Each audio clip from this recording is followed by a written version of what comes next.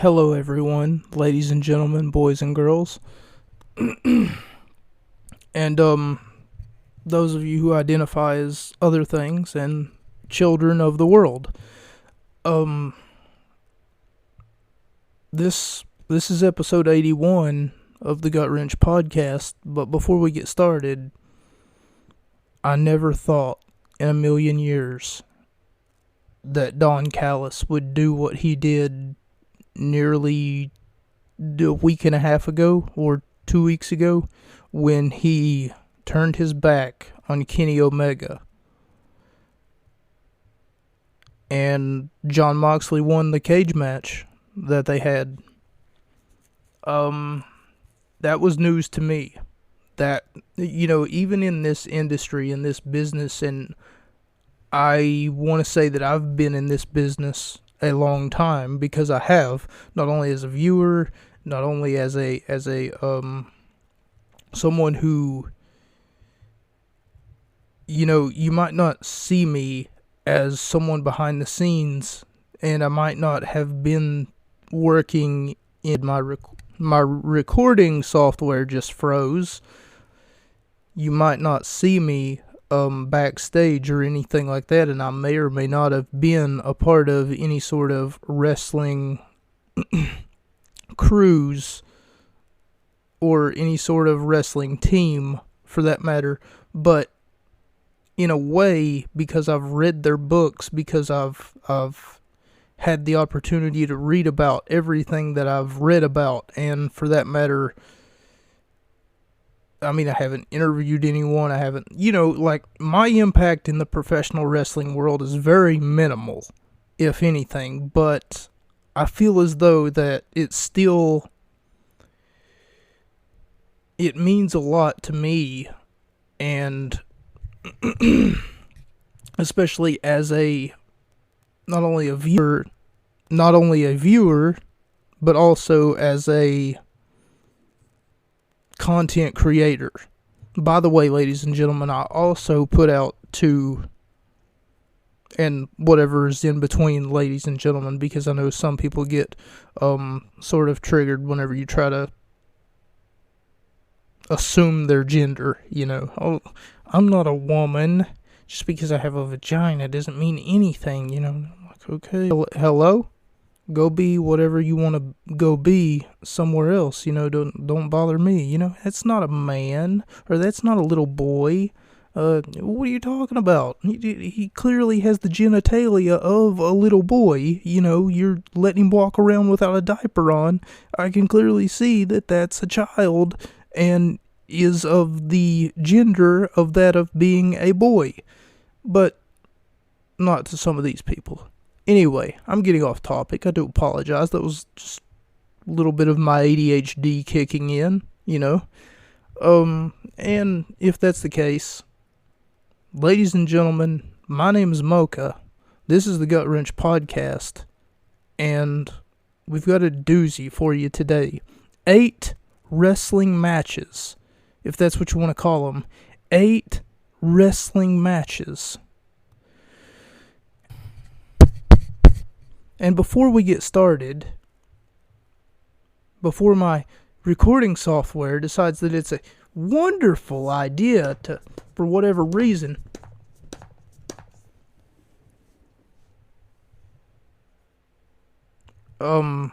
freeze on me again. God damn. Can't catch a break. Promotional consideration has been paid for by the following. Can you guess who sponsored this video? This episode, rather? It's me! I sponsored this episode. So, if you can, go to the description of this episode that you're listening to this podcast on and go look at some of the designs that I've created. I said last week, I promised everyone and their mom that I would release 4 new designs. Well, guess what? I decided that it was a good idea to just stop all that weak shit, put a snail on a trail and then go to hell, and then I came back stronger. Do you not understand what it is that I'm saying? That I didn't release 4 designs. No, I had 15 last week. I have 81 designs and counting. That's right, ladies and gentlemen. I've been busy, and whatever's in between a lady and a gentleman, trans people, and everything else. Anyway, I've been busy. And then I found something out. I was talking to a friend of mine and then told him that I hate drama. And then he sort of called me out. What do you mean you hate drama? You like professional wrestling? And then I'm like, yeah, so what's that going to do with anything? When was the last time that a drama-filled storyline pulled you in and had you watching every so often, And then we had a good back and forth, and then eventually he accused me of saying, he was like, oh, you like Steve Wilkos, don't you? Oh, I bet you like Jerry Springer.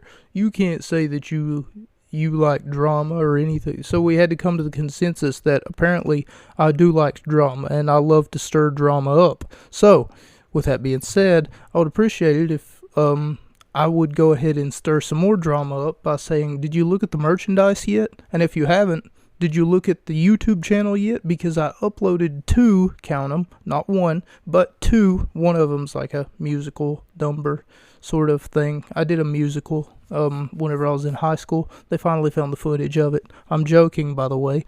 But one of them's like a remix mashup of, either you can say that it's a mashup of Io Shirai's theme song, or you can say that it's a mashup of TJ Perkins' theme song from WWE. But either way, it's a mashup of one of the 2 or both of the theme songs. So, Io Shirai or TJ Perkins, no matter how you look at it, it's a remix of both of their theme songs. And then 6 hours later, I went to look and see how many views that it had, right? Because I was like, at least it's got to have at least 20, 25, because the one that I did with The Rock, that one got over 1,700 and counting. But what I mean to say is, don't worry, we're going to start the episode soon. I'm just giving you guys a little bit of insight as to what I've been doing outside of the podcast, because I've been a busy boy, and I started a new something else that's new, which maybe you've already checked out the YouTube channel. If you haven't, you should do that now, because I will leave a link in the description for those of you who are unaware of my YouTube channel and all of its makings.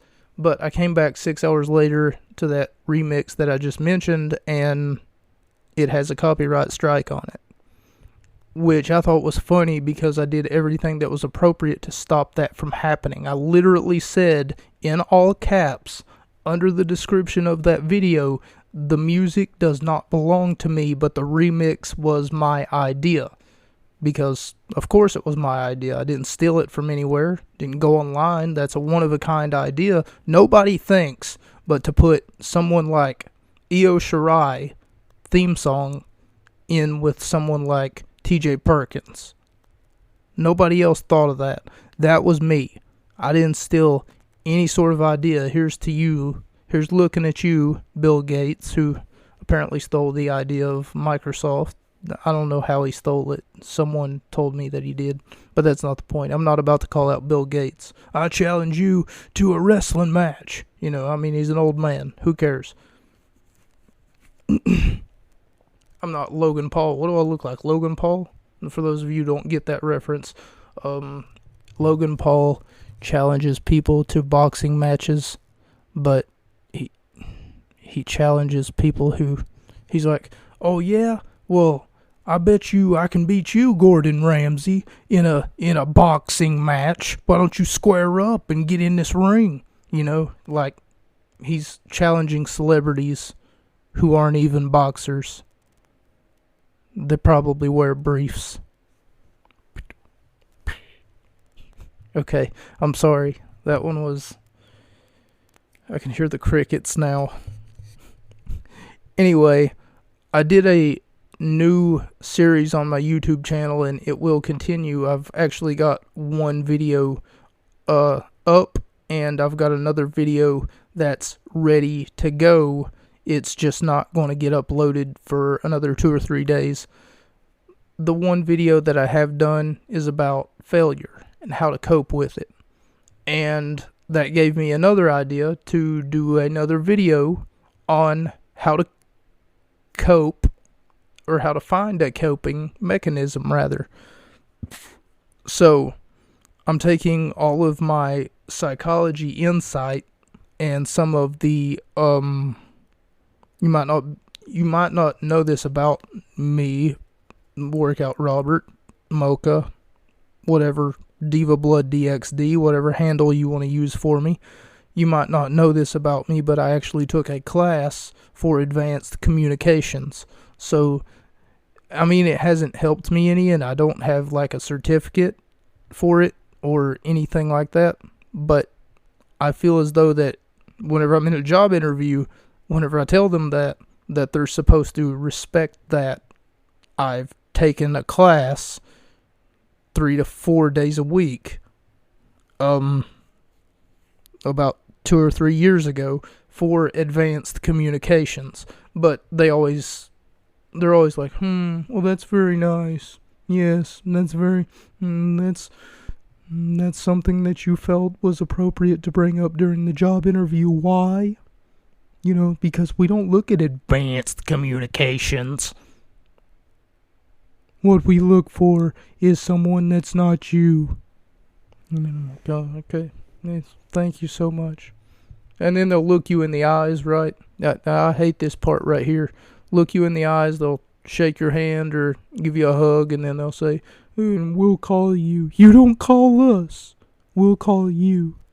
And then you never hear from them. Why can't you just tell me that I don't have the job? Like I said, this is not sour grapes from like Walmart or anything, but it's just stupid. That's all that it is stupid. I'm sorry that we're 12 minutes in and I've yet to get to the program. I do apologize for that. The fuck? My phone keeps getting very hot and I don't know why. The show opens and it starts with nursery rhymes. Oh boy, nursery rhymes. So, for those of you not aware, they keep showing this almost like, we're looking at Lockdown 2005 from TNA Impact Wrestling, by the way. But they keep showing these wide shots of this steel cage. And no one's in the cage. But they keep showing like flashbacks, almost like screen effects, doing like flashbacks from like prior steel cage matches of TNA Impact history, I'm going to assume.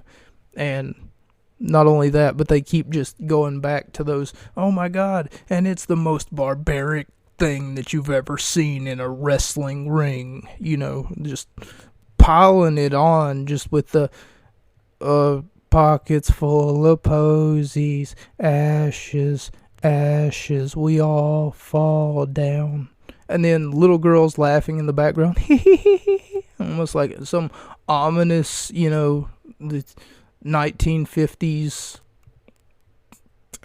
horror film or something. I could be wrong. It could be like 1960s, 1980s. I don't know. The point is, it's a trope that's overused like a whole lot, and for that matter, they keep like the cages surrounding the ring, and the narrator in this hype package of the steel cage is saying stuff like, if it had the gift of speech, it would say, keep away from me, you are not welcome. And it feeds on the souls of even the most daring men. 6 sides of steel. Every warrior who enters will be less of a man when he leaves. The classic trope in professional wrestling that the match will change you, or the structure will change you for the for the worse. Like if you talk to Mick Foley and you're talking about Hell in a Cell, he always talks about how it changed him and how he has nightmares of it and stuff like that. And I don't know if that's a wrestling trope that he would constantly rip from, or whether or not that's an actual thing. Like he would lay down at night and actually have, nightmares of steel cages, trying to enclose him or whatever else. But, the classic trope of like when John Cena was going for his first Hell in a Cell match, and then the legend would walk up to him and then say, "I gotta tell you, John, you don't know what you're getting into. I've been in 5 of these matches. I'm 59 years old, and I'm missing my bottom teeth. My wife don't call me no more." It's like, why with all these layers? And for those of you who don't know, like I said before, 8 wrestling matches, and they're all cage matches, okay? This is possibly the episode that broke me. This is possibly the episode that made me say, okay, can I please go on to the next episode? Because there's something in professional wrestling known as overbooking, right? And this is a prime example of that. Because there's possibly only one great wrestling match out of all 8 of these matches, and 1 for 8 is not good as far as ratios go. I only gave one match a 4 out of 5 star. Beautiful contest, and luckily it was their main event. Because had it would have been the opening contest, it would have been just all downhill from here. The opening contest, though, is a tag team match, and right from the get-go, I thought to myself, this is a bad idea. Never put, and out of all the video games that I've played, before I get to my original thought, all of the video games that I've played that have been wrestling video games, they always have this common trope in them where if it's a tag team match in a steel cage, or for that matter in an enclosed area like a steel cage or a Hell in a Cell, both wrestlers who represent that team are present. They're standing side by side, one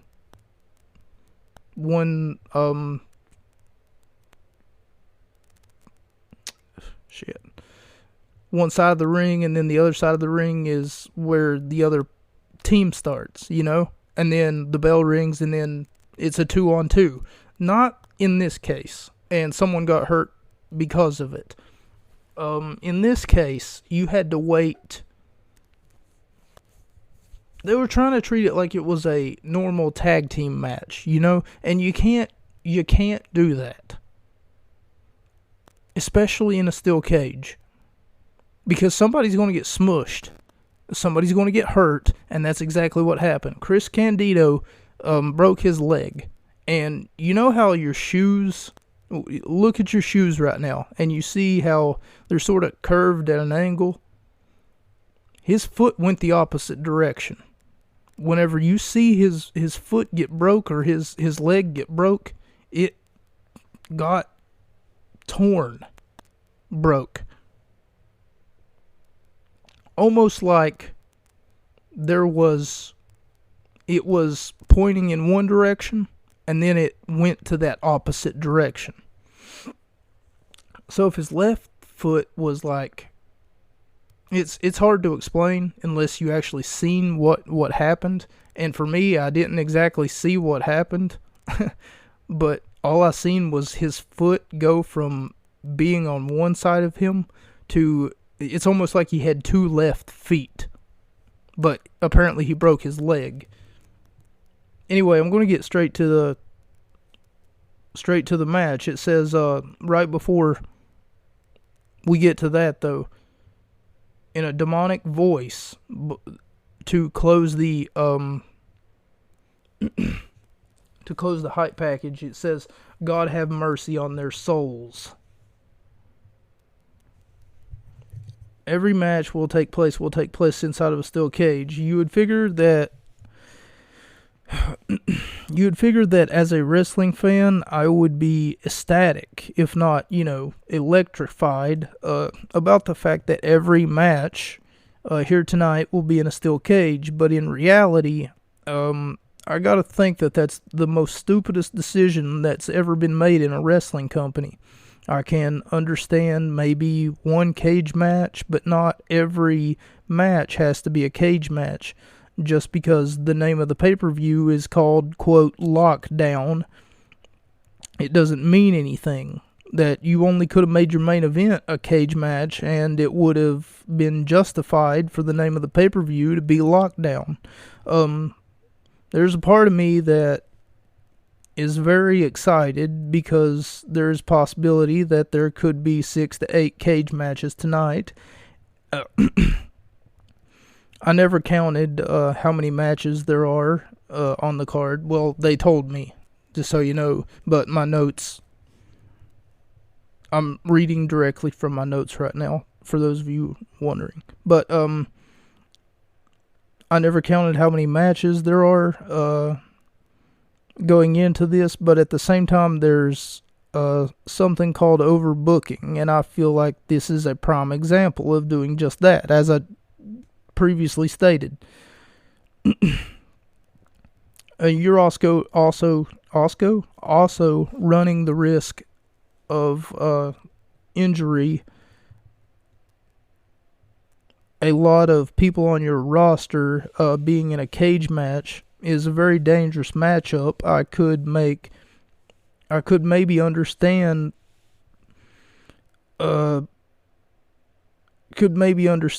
one cage match, maybe 2, but not 3 to 6 to more than that. Usually makes a pay-per-view, or for that matter a wrestling card, look good, is the variety of different matches that you have on a wrestling card. I chose this pay-per-view by random chance, so there's not any going back now and just trying to pick something else. I mean, I was halfway through my notes whenever I decided to make the commitment, and that was last night. From 10 o'clock until like 3 o'clock in the morning, I stayed up all night watching this pay-per-view so that I would have my notes ready for around 9, 10, 11 o'clock, But anyway, Mike Tenay and Don West on commentary count that there will be 8 matches, so that's a full booking card for a wrestling event.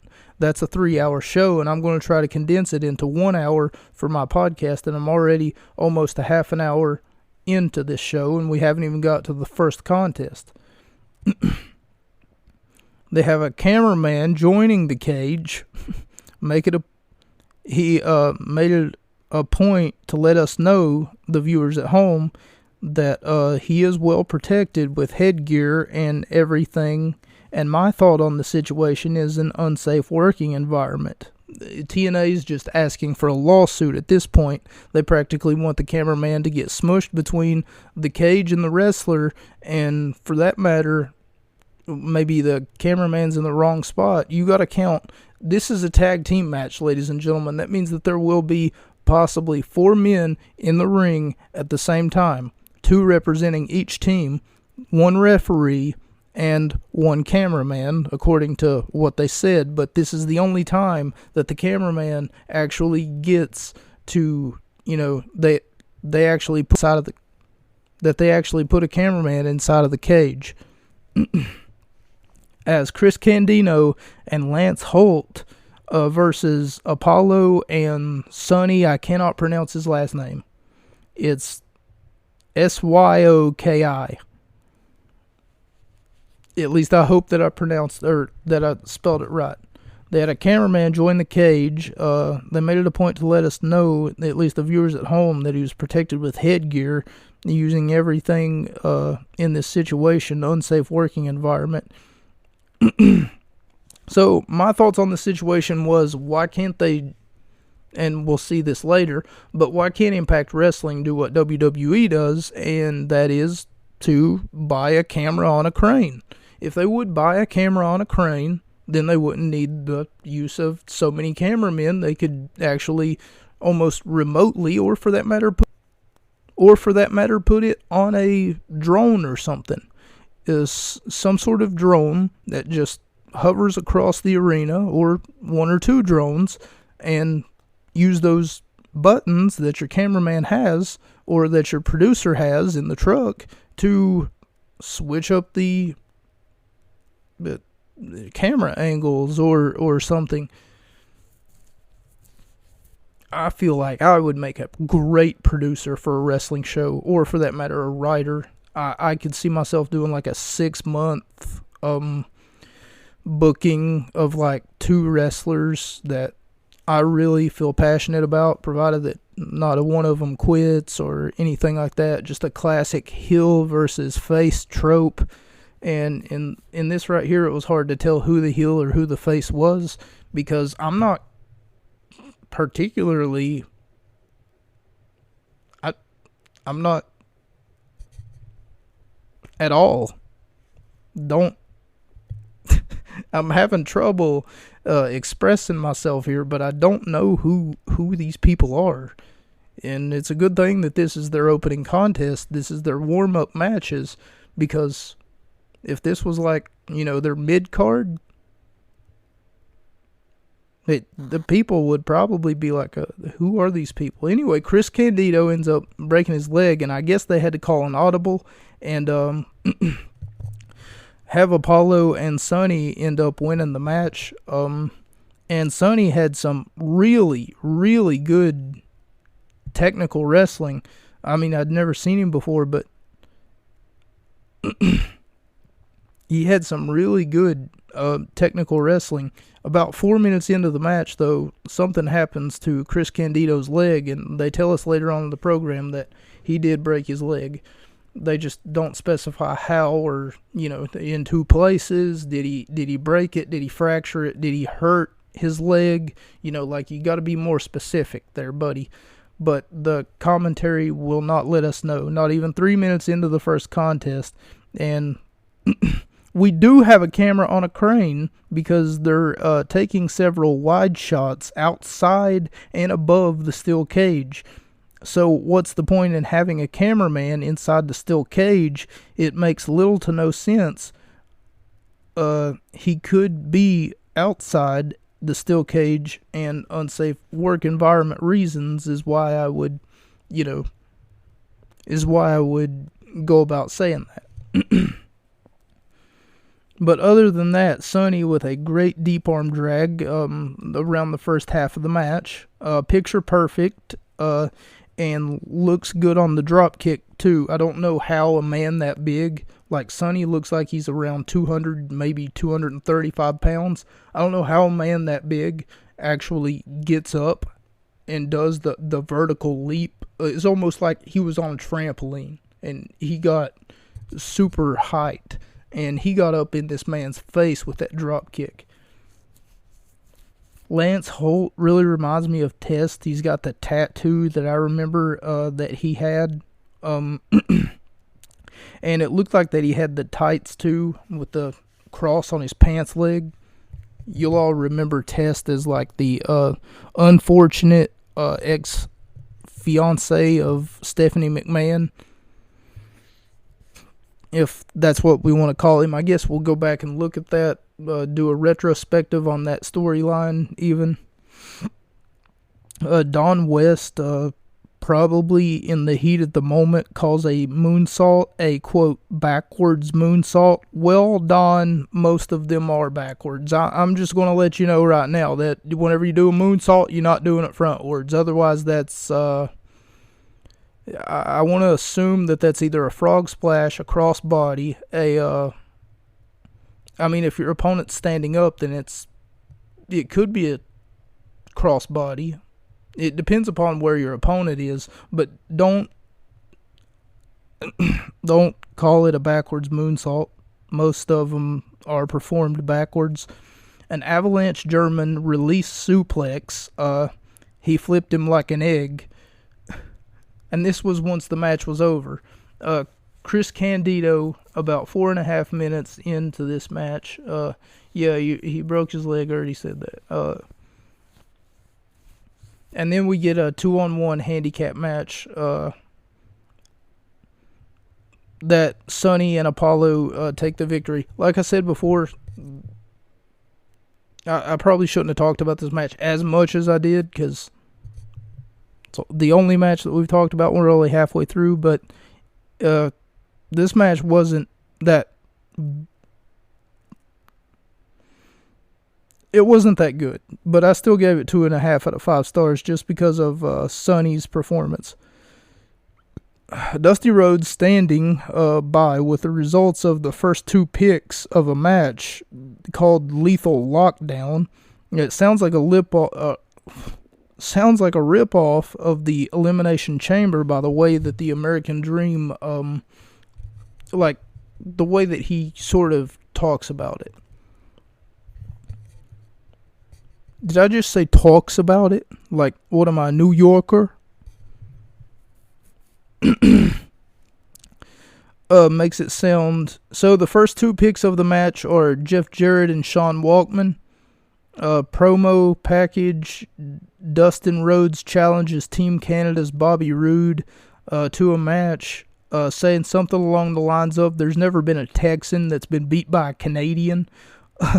Dustin Rhodes further says this ain't his first rodeo, and even though Bobby Roode is tougher than nails, he's gonna be more tough enough to take him down.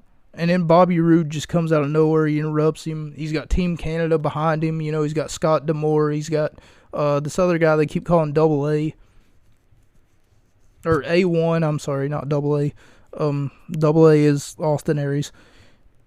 Or Arn Anderson. A double is Austin Aries. Anyway. He interrupts the interview and lets Dustin Rhodes know when it comes to rodeos, every time that he's watched a rodeo, all he's seen is a redneck being thrown off of a bull. And you got it wrong, Dustin.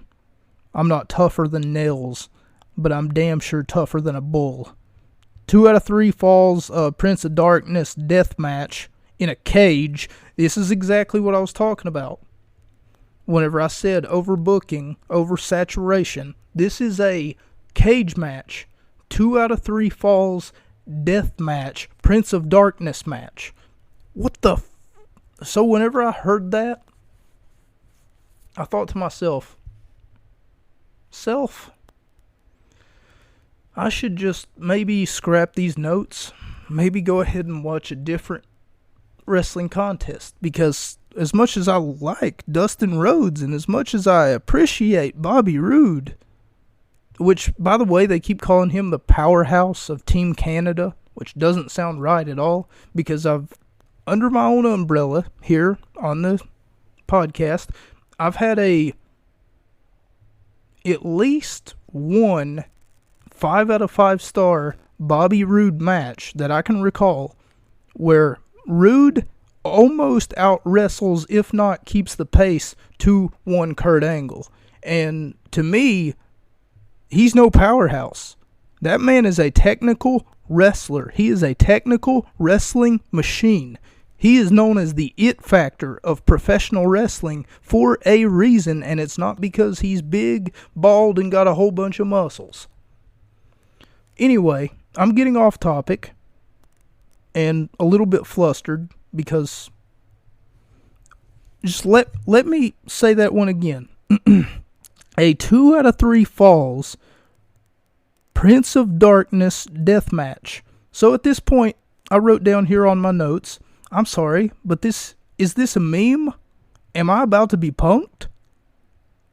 Is Ashton Kutcher, in my living room right now? There's no way that there is 3, possibly 4 gimmick matches in one match. Prince of Darkness death match. 2 out of 3 falls in a steel cage. Are you fucking joking? And then I wrote here in like little italics, or the little parentheses, you can't make this shit up. And I'm serious, you can't. And once again, like I said, they refer to Robert Roode, as the Team Canada's powerhouse, which I don't agree with. If Team Canada had a powerhouse, it would be that other guy, that A1 guy. It wouldn't be. It most definitely would not be.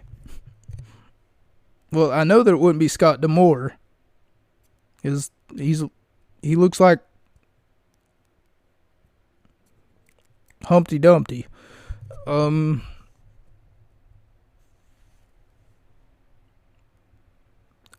don't know. Dustin Rhodes versus Bobby Roode in a Prince of Darkness death match in a cage. 2 out of 3 falls. Roode gets the first fall early on. A USA chant directed toward Team Canada's captain, Scott D'Amore, who seems to be getting upset at the crowd for chanting that because there's a Canadian in the ring. You know, of course, that being Bobby Roode. He's from Canada. I'm not sure which part of Canada. Hits Roode with an electric chair drop, a move that I haven't seen typically. The last time that I did see that move, as a matter of fact, fun factoid, was in a video game for the Nintendo 64 called WWF No Mercy. And I used to use it as my finishing maneuver from whenever I would hit my opponent from the back. Okay, you nasty. That's not what I said. I didn't say that I would hit my opponent from the back, but whenever I had my finishing maneuver and I would grapple my opponent from behind, oh, never mind. Y'all are thinking about, sex positions. I know what you're thinking about. Oh my God. Shit. Hits Roode with an electric chair drop, which is a move that I haven't seen for a long time. Beautiful bulldog from the top rope. Roode hits Dustin with a German suplex. He flips that boy like an egg. And now the score is tied 1-1. And under the pretense, this is where that Prince of Darkness dog shit comes into play. Under the pretense that the match gets tied 1-1, and they have to go to the third fall. The third fall was apparently a, quote, Prince of Darkness match. So how do you... What's a Prince of Darkness match? Might be what some of you are asking. Well, for some reason, they bring out these burlap sacks, and Bobby Roode gets his entire head covered in like this cloth, almost like he can't see anything. I don't know why they couldn't have used a blindfold, but why would you want to blindfold 2 men that are in a wrestling ring and have them fight? It's fine. Let me take a deep breath. Anyway, Dustin Rhodes gets blindfolded too, even though they put the cloth over his whole entire head. It's almost like one of those royal crown bags, Crown Royal bags or whatever they're called. But anyway, what ends up happening is just a whole bunch of fuckery, a whole bunch of shenanigans, and it's so funny and entertaining. But like I said, shenanigans. The referee is there. He sees Team Canada grabbing or giving them the flag. Scott D'Amore gets involved. He whacks somebody. It's funny, but it's not funny. Like it's the whole, hey, look, I'm blind. I can't see anything. And then the bags came out, and earlier I talked about how unsafe work environment. Well, it gets turned up to 11 because now both men are wrestling in a ring, in a cage, a wrestling cage, with no one but a referee and their opponent, and they've got a burlap sack over their head that's been tied so that they cannot see out of it, I guess. out of all reality, this is stupid. This makes no sense. A Prince of Darkness death match is what they call it, and it seems a little unnecessary. A lot of shenanigans, including Scott D'Amore trying to throw a chair into the ring to give to Bobby Roode to give him an advantage. It ends up backfiring because Dustin Rhodes grabs the chair, hits Bobby Roode with it. Keep in mind, he is blindfolded, or he's supposed to be. So I don't really know, like, can they see out of it, and is this all just a ruse? Maybe it's got some sort of, like, you ever, like, been, like, some cloth you can see through, right? You guys know what I'm talking about. Of course you do. I'm going to suspend my disbelief for a minute and assume that my audience knows what I'm talking about. A lot of shenanigans. Scott D'Amore hits Bobby Roode with it. Keep in mind he's blindfolded throughout the entire match. Well, the second half of the match, I gave it 3 out of 5 stars. The crowd's going crazy. They're happy. One of two things. They're either happy that the Texan, Dustin Rhodes, ended up winning over the Canadian, Bobby Roode, because, Canadians are evil. We don't like Canadians around here. Not around these parts. We don't like no Canadian. Because just because you're a Canadian doesn't mean that you're an automatically evil person, I don't know. I've met plenty of good Canadians in my life. The crowd's going crazy. They're either happy that this stupid match is over, or they're relieved. They're happy that Rhodes won.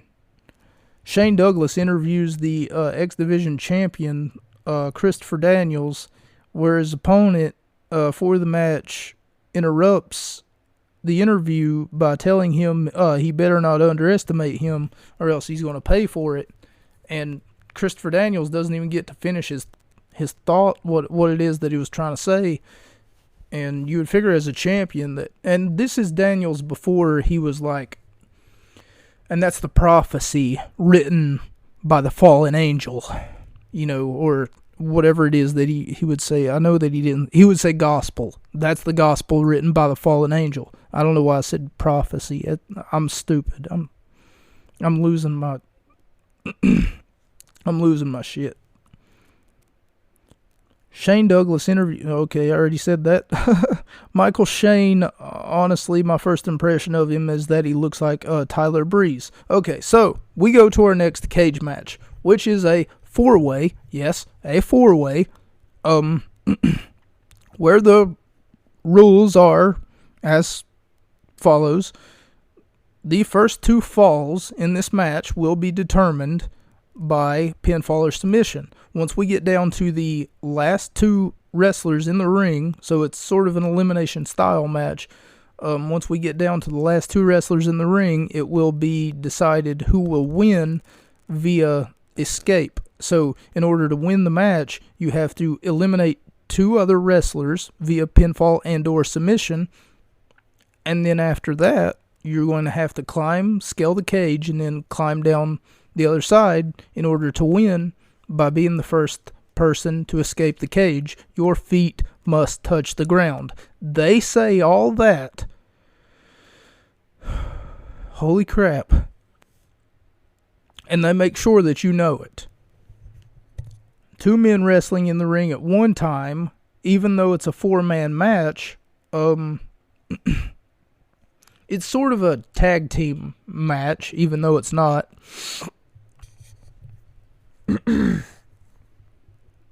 Because it's supposed to be a 4-man match, right?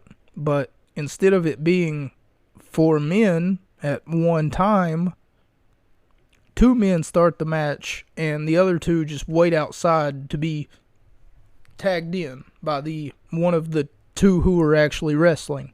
I know, it's so stupid. This could have been done so much better.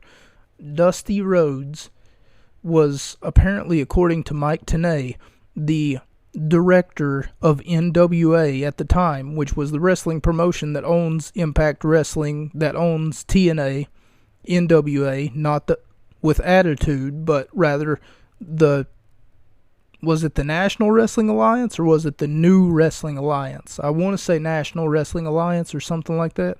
But they had certain properties throughout the I don't even want maybe Tennessee area, Tennessee, Ohio, Virginia, South Carolina, North Carolina, West Virginia area, Kentucky, somewhere around there.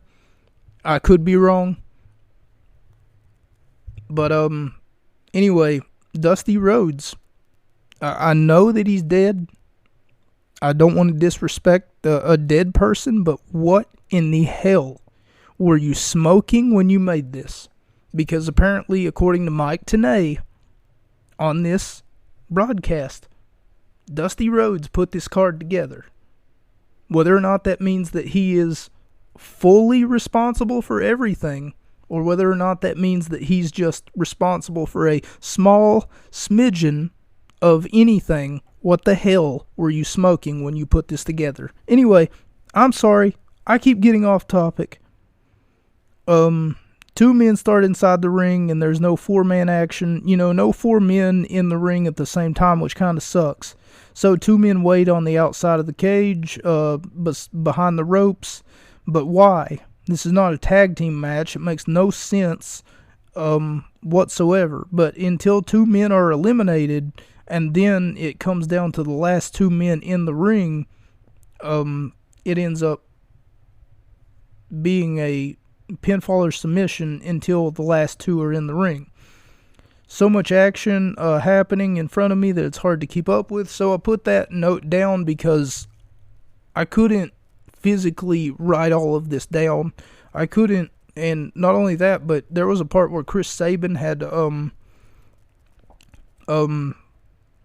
I think it was Michael Shane up on top of him, and Sabin hit Shane with a power bomb, but he hit it on top of Sanjay Dutt. And the superstar of the night throughout this match was Shocker. He is the Japanese sensation or the Mexican sensation. I'm not sure which one because I can't get a clear look on his face, and they on commentary really can't make up their mind as to whether or not he's Japanese. Oh, but he trained in Japan or something like that. They won't tell me where he's from, but they'll tell me where he trained.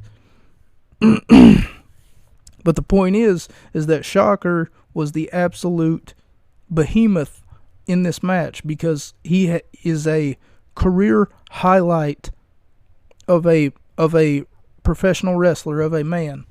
A beautiful double submission spot where Shocker had Shane in a very unorthodox submission. I'm not sure what to call it. He had him hanging from his feet,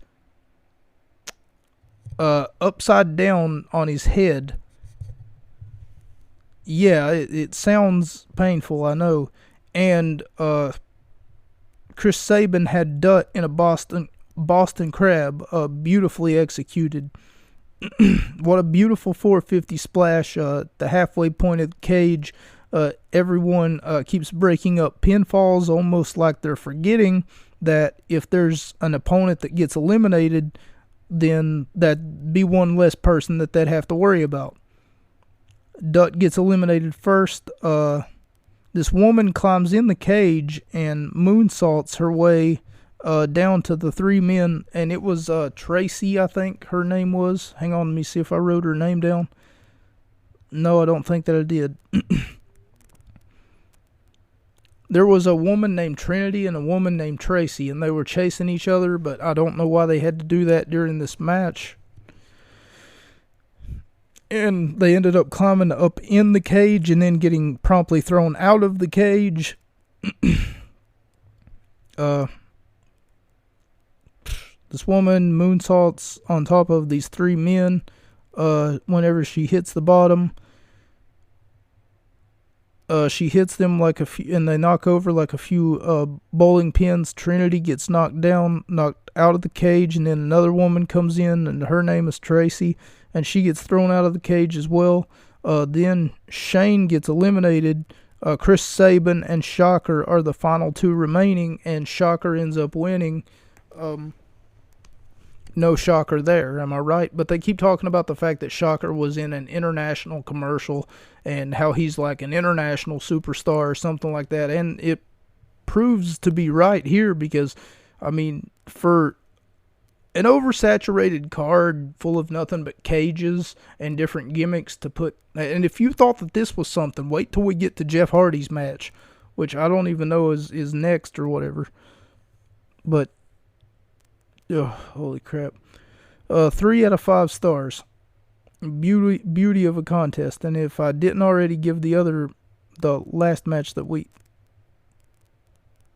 3 out of 5 stars as well for Team Canada, Bobby Roode. Team Canada's Bobby Roode facing off against Dustin Rhodes. Okay, so... okay, we get on commentary after the last match over the X Division match that I just talked about, and on commentary they tell us what the next match is, and it's another gimmick match. Now you already know you have, by this point that I've been telling you 3 to 5 times,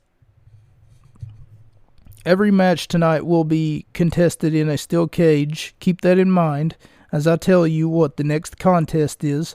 Apparently it's Jeff Hardy facing off against Raven, but there's just no ordinary cage match. No, like any normal person or persons would assume. No, this is a tables cage match. Okay, so let me tell you why that's a bad idea. Just let me go ahead and paraphrase what I wrote down here. Let me go on record and state that this is the stupidest idea that I've ever heard, but it keeps getting stupider by the minute, because not only is there a referee inside of a steel cage, not only are there cameramen inside of a steel cage, not only will there be Jeff Hardy and Raven inside of a steel cage, but there will be tables, not to mention the fact that it kind of defeats the purpose to be in an enclosed area like a cage when you say that there's going to be a tables match. Out of all things... And then I wrote down again, am I being punked right now? Where's Ashton Kutcher? It could be completely different purpose to... It completely defeats the purpose, rather, to have a tables match inside of a cage, or for that matter, to even have furniture like a table inside of a cage. Like, what? How does that further this story? And you, in case you don't know, the story is that Raven wanted to team up with Jeff Hardy, and Jeff Hardy said, no, man, it's all good. We don't need to team up, Raven. You know, you got your fans, and I got my fans, and I think that we're both doing pretty good, wouldn't you say? And he said, oh, okay, man, that's cool. Raven walks away, and then it shows a hype package. Like a week later, Raven hits...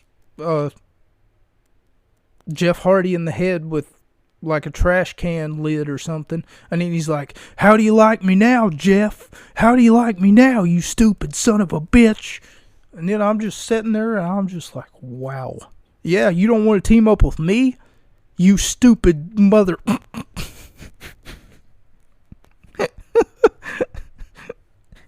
Oh my god. Anyway, there's no continuity between having a steel cage match and... Like, why couldn't you just have a normal steel cage match? Why did it have to be contested inside of a table? A table inside of a cage. Wow, even though that's never been done before. It sounds like a good idea. Maybe it did sound like a good idea on paper. But why? And don't worry, it gets worse. Wait till you see the co-main event. Raven versus Jeff Hardy. This match is slowed down considerably compared to the other matches that I've seen throughout the night. Really is on out of character. It's uncharacteristic of Jeff Hardy to have a match that is really at this pace, which was really slow. The crowd's getting nuts at Hardy climbs the cage. The Hardy by himself, he puts himself through a table. He misses Raven by mere seconds and a few inches. Like, whenever he was doing it, whenever he was jumping off that cage, they played a replay of it, and I slowed it down. I kind of like paused it, and then you can see at the point that Raven leaves the table, Jeff Hardy was mere seconds away from winning that match. Whenever Hardy climbs the top of the cage, and what he does is Hardy does the Swanton Bomb right through. I mean, that's got to be at least 12 feet, 12, 13 feet up. I mean, their cage was kind of big. It would take at least 3, maybe 4 maybe 3.5 Jeff Hardys to make the full scale of that cage. That's just me measuring it with my eyes, of course. The crowd goes nuts by Raven, who's mere seconds away from disaster. ECW chants, double stacked tables. So here's what they did. They took the remaining 4 tables, and then Raven put one on top of the other, and he double stacked them. So there were 2 tables. Imagine the Big Mac, right? You know, the McDonald's fucking cheeseburger, or the double stack, right? But imagine you sewed 2 Big Macs together, and then you tried to eat them both at the same time. That's exactly what happened here.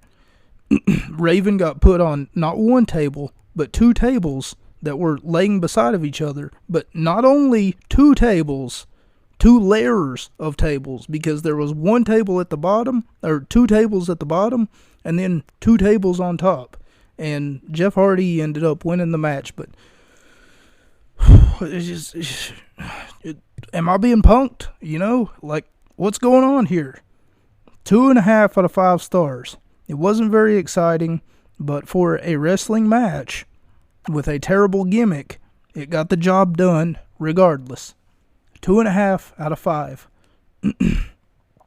Team Canada, they're showing up again, versus America's Most Wanted. Now, as I've stated before, we don't like Canadians around here, apparently. And these Canadians are made to be out, or for whatever reason, they're made to be some of the worst that we've ever seen. And yes, the name of the team that they're facing off against for the Tag Team Championships are America's Most Wanted, AMW, made up of Chris Harris and James Storm. Team Canada will be represented by Petey Williams and Eric Young. Eric Young's come a long way from what he started as, is what I should say.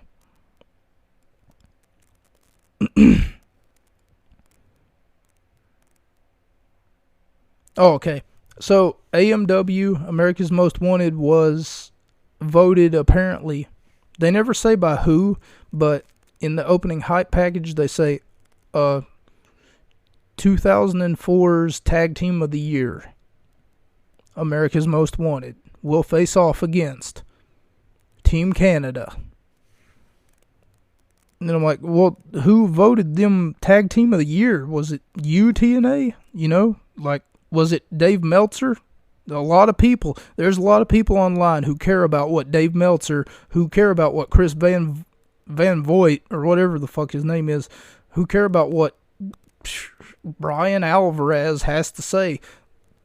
The way I see it, their opinions don't matter. It's my opinion that matters. I think so highly of myself. I'm going to shut up now.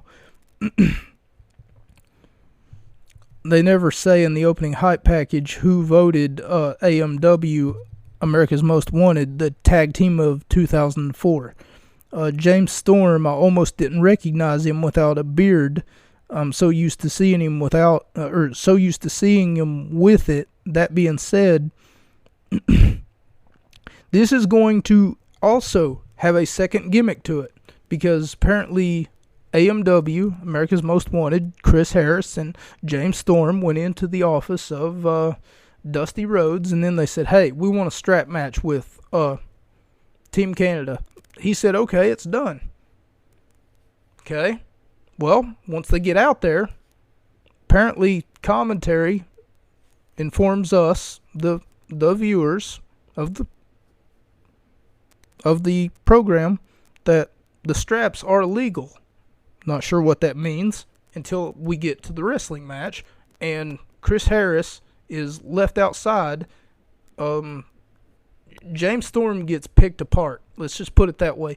The first 25 minutes of this match is nothing more than James Storm getting his ass kicked.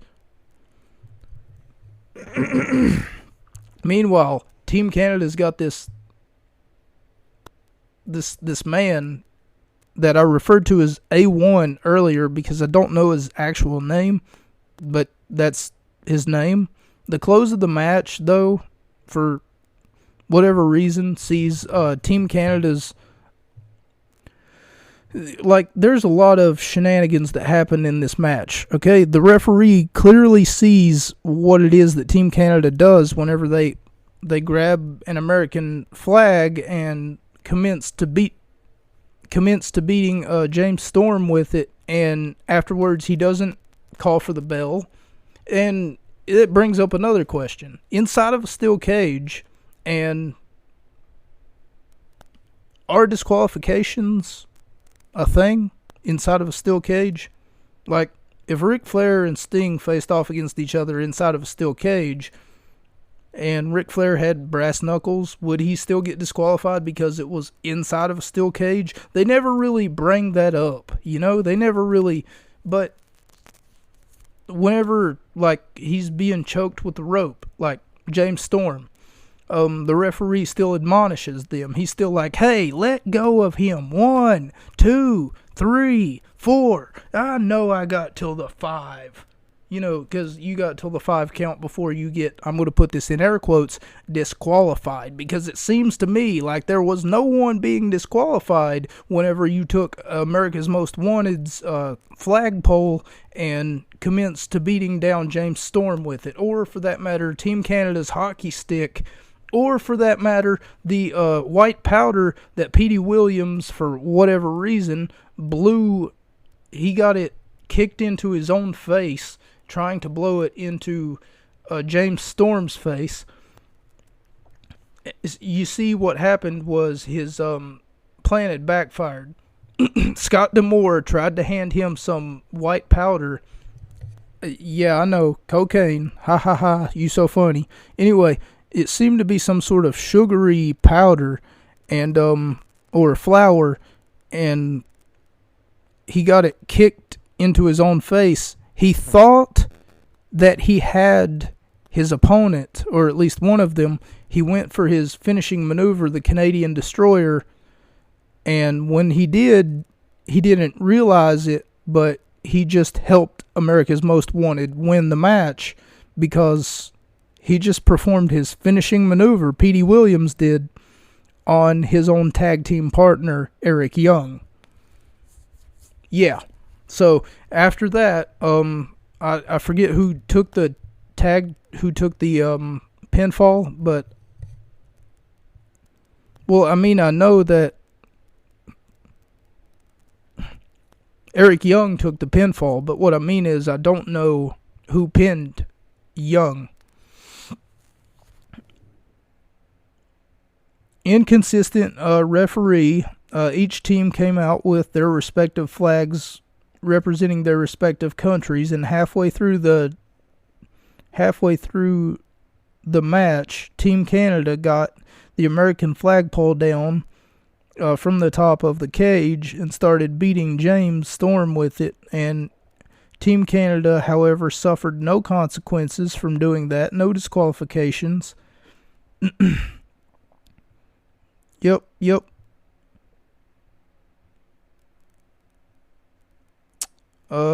Williams gets powdered in the face and hits his own tag team partner with a finisher.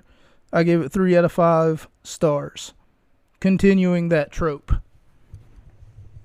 of giving matches here 3 out of 5 stars and claiming that they were garbage. I mean, what I mean to say is that none of them were spectacular, and at times I forgot that every match has to be a cage match. That was until I get reminded of it every 5 minutes.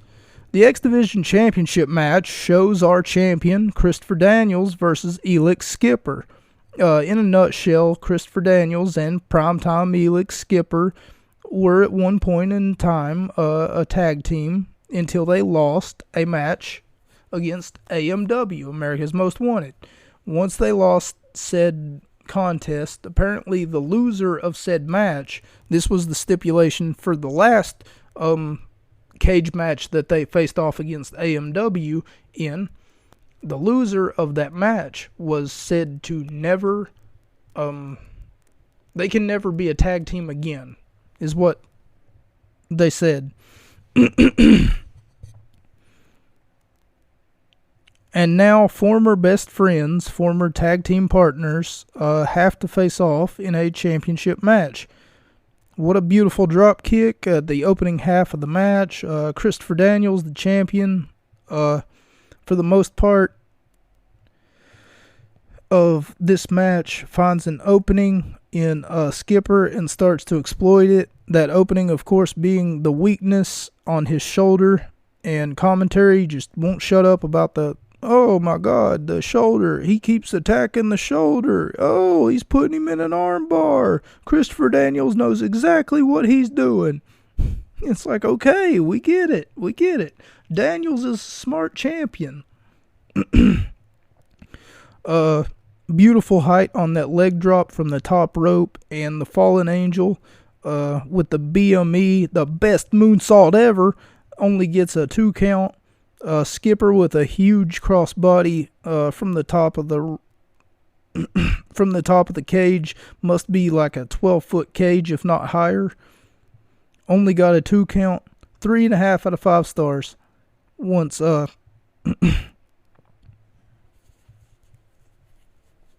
I put down some of the highlights, but I guess I forgot to put down who won the match, which was Christopher Daniels. Dusty Rhodes segment again.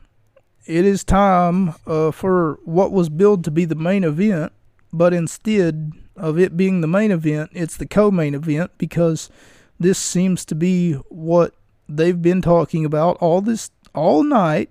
Yeah, all night. They won't shut up about it. It's the Lethal Lockdown match, which is very rare. This is a very rare occurrence. Ladies and gentlemen, this is the first time that I, as well as you, are getting a description of the Lethal Lockdown, at least here in my own podcast. Whether or not you've seen a Lethal Lockdown match, I'm unsure of. I can't confirm nor deny whether or not you yourself have seen one, but I myself haven't seen one, and it's very rare that I would actually come out here and say, oh yes, here's something that I know a lot about. Now I'm just going to continue to ramble about all the things that I know about it. I know about this, and I know about that, and I know a few things about this, and I know about that, and oh, let me tell you the ways that I know. Like, I know I can be obnoxious, and I'm sorry about that. Let me suspend my disbelief for 1 minute and say that WWE must have taken some liberties from this right here. This aired in 2005, and years later, WWE would come up with a similar concept.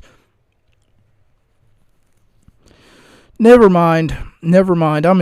I'm a fucking idiot because WCW did this. They did something at the time that WWE was... Okay. For some reason, I don't know why, I keep forgetting that War Games was a thing back in WCW, but it wasn't as organized. It wasn't as organized. And for those of you who don't know what War Games is, I don't have the patience nor the time to sit here and explain that to you. But all that I can say is that this right here, Lethal Lockdown, took some liberties from that War Games that I've seen at least 2 matches. One of those, of course, being a woman's match, and one of those, of course, being a man's match.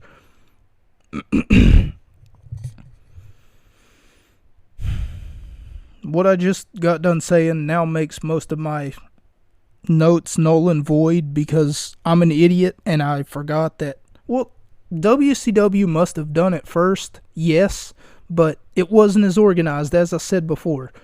But I can't read off all these notes because I'm accusing WWE of stealing what Impact Wrestling already had. But if you think about it, now that WWE owns the property to WCW, it's Impact Wrestling that stole from WWE. Or, for that matter, they took some liberties from WCW.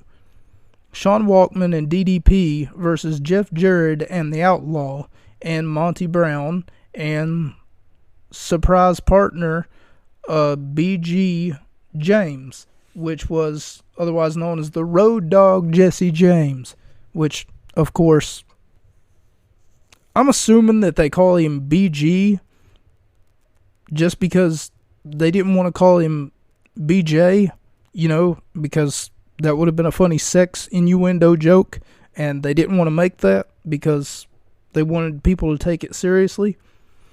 But his name is Brian James. BJ. There's your sex pun. After 3 minutes, someone new comes out, alternating each team member. So if you had Team 1 and Team 2, and Team 2, after 3 minutes, got another entry, then 3 minutes later, Team 1 would make their way down, or the next member of Team 1, and then after 3 minutes, Team 2 would get yet another member until the ring is saturated with nothing but, I'm going to put this in air quotes, talent. And afterwards, they would come out with kendo sticks, they would come out with a whole bunch of weapons, and on commentary, they're like, oh, okay, well, weapons aren't only allowed, they're encouraged. We encourage you to bring all your weapons. And I'm just sitting there like, wow, you're already in a cage. What more do you need? Sean Walkman's team won by a surprise roll-up pin. And I'm assuming that they had some sort of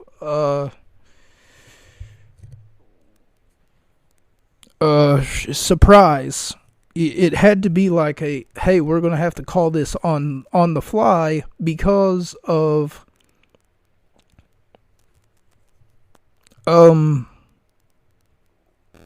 they were hoping that Kevin Nash would be able to compete, but he had a staph infection in his leg and he couldn't compete. But they would constantly use footage that showed Kevin Nash backstage, and he would be like, oh man, am I going to be able to compete tonight? Am I going to be able to compete tonight? Apparently not, big man. And now we go to our main event. AJ Styles versus Abyss. And this is possibly the match that saved the entire card. If I shouldn't say the entire card, but it's the match that saved this review. Otherwise, I would have just looked at a whole bunch of mediocre matches for no reason whatsoever. No payoff, Oh, and by the way, speaking of payoff, how about you pay me off? There should be a link in the description. 80 plus designs. I don't know if I said that already, but you know how last week I said that I would do 4 new designs? Well, I went ahead and scrapped that week's shit and just decided to do a little bit more than that. Because like I said before, I had 15 designs whenever I started. Now I've got 80 plus designs, and I need you to check them out. And I know that there are some people, I don't know who you are, but thanks to Redbubble, who gives me 3 options to look at on their user interface, some people go on there and they're liking my designs. You know how you can like a tweet on Twitter? Well, there's a little heart icon right beside of that design, and it lets me know, hey, someone liked your design. And it'll let me know how many hearts have been put there. I don't know. It's a little fucked, you know. Just go look at the designs, you know. That's the most you could do for me. Go tweet me and tell me, hey, you're a really good artist. You know, I like some of these designs. You know, did you come up with these on your own? Get me on your Facebook page something. You know, hey, you're a woman. Do you need a new pair of socks? I'm sorry that I'm delaying the end of this episode, but I'm just asking you a question. Do you need a new pair of socks? Because I'm sure that you do, and I'm sure that you would like to have a unique pair of socks that you can show off to your children, to your children's children. Hang them on the wall. I don't care what you do with them. The only thing I don't sell is thongs, underwear, cigarette ashtrays. I sell aprons. Are you clicking on the link yet? No. AJ Styles versus Abyss. There doesn't seem to be much of a story on this one. The only story that I can really make out of it is that Abyss is bullying everyone backstage, and for no apparent reason. He has no motivation. Usually bad guys, the heels, they have a motivation behind what they're trying to accomplish, what they're trying to do, you know. Like, I did what I did to AJ Styles because it felt good. Or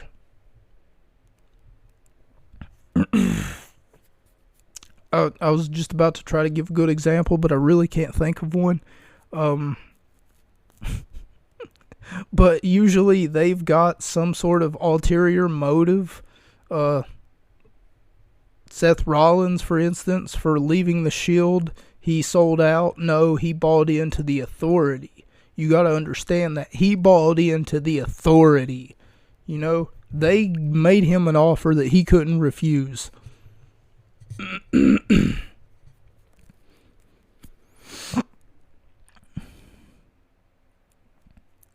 But the only story, or poor storytelling in my opinion, that there is that there's 2 men who want to be the number 1 contender for Jeff Jarrett's NWA championship at the next pay-per-view, Hard Justice, which they would later change to Hardcore Justice. AJ starts the match off with a beautiful... so the cage door is open, and AJ just flies straight out of the ring over the top rope, and I mean, he just forearms Abyss right in the face. He brings him down to one knee by diving on top of him. And Abyss is like 5'3", 5'9", maybe 6 foot tall. I don't want to say 5'3". I'm so sorry. He's taller than that. He's around 6 foot, if not 5'11". AJ Styles, like a cat, can move and maneuver out of harm's way. He dives into the crowd, and the landing on his feet, essentially crowd surfing on Abyss, on essentially crowd surfing when the big Abyss tries to throw him into the steel steps. Abyss makes AJ bleed badly and cuts him open. Abyss puts a chain around AJ's neck, choking him. While he's got a huge cut on his face, we get the "This is awesome" chants. The crowd getting into the action. AJ kicks out of the first pin from Abyss. TNA chants by a passionate crowd. Abyss takes a Styles Clash onto some thumbtacks, but AJ gets a 2 count. And then after that, they try scaling the cage, right? And here comes the biggest part of the match, like the close of the match. They're scaling the cage, and Abyss is trying to sort of follow AJ, I guess you could say. And he's about to, whenever AJ all of a sudden, out of nowhere, almost out of nowhere, does this sunset flip while using the cage and Abyss as leverage, right? And this sunset flip powerbomb to get the pinfall and the win. And I gave it 4 out of 5 stars. A lot of high-flying action, and it was thoroughly entertaining at times. It had me biting my nails and had me on the edge of my seat. And I'm out of breath. Thank you all so much for joining me. I've been Mocha. This has been the Gut Wrench Podcast. Hopefully you'll leave me a 5-star review, just like I left AJ Styles a 4 out of 5-star review, but that's only because this match wasn't that long. You know, had it would have went longer, or for that matter, had the storytelling would have been a little bit better, I would have probably gave it a 5 out of 5 stars. Thank you all so much for joining me.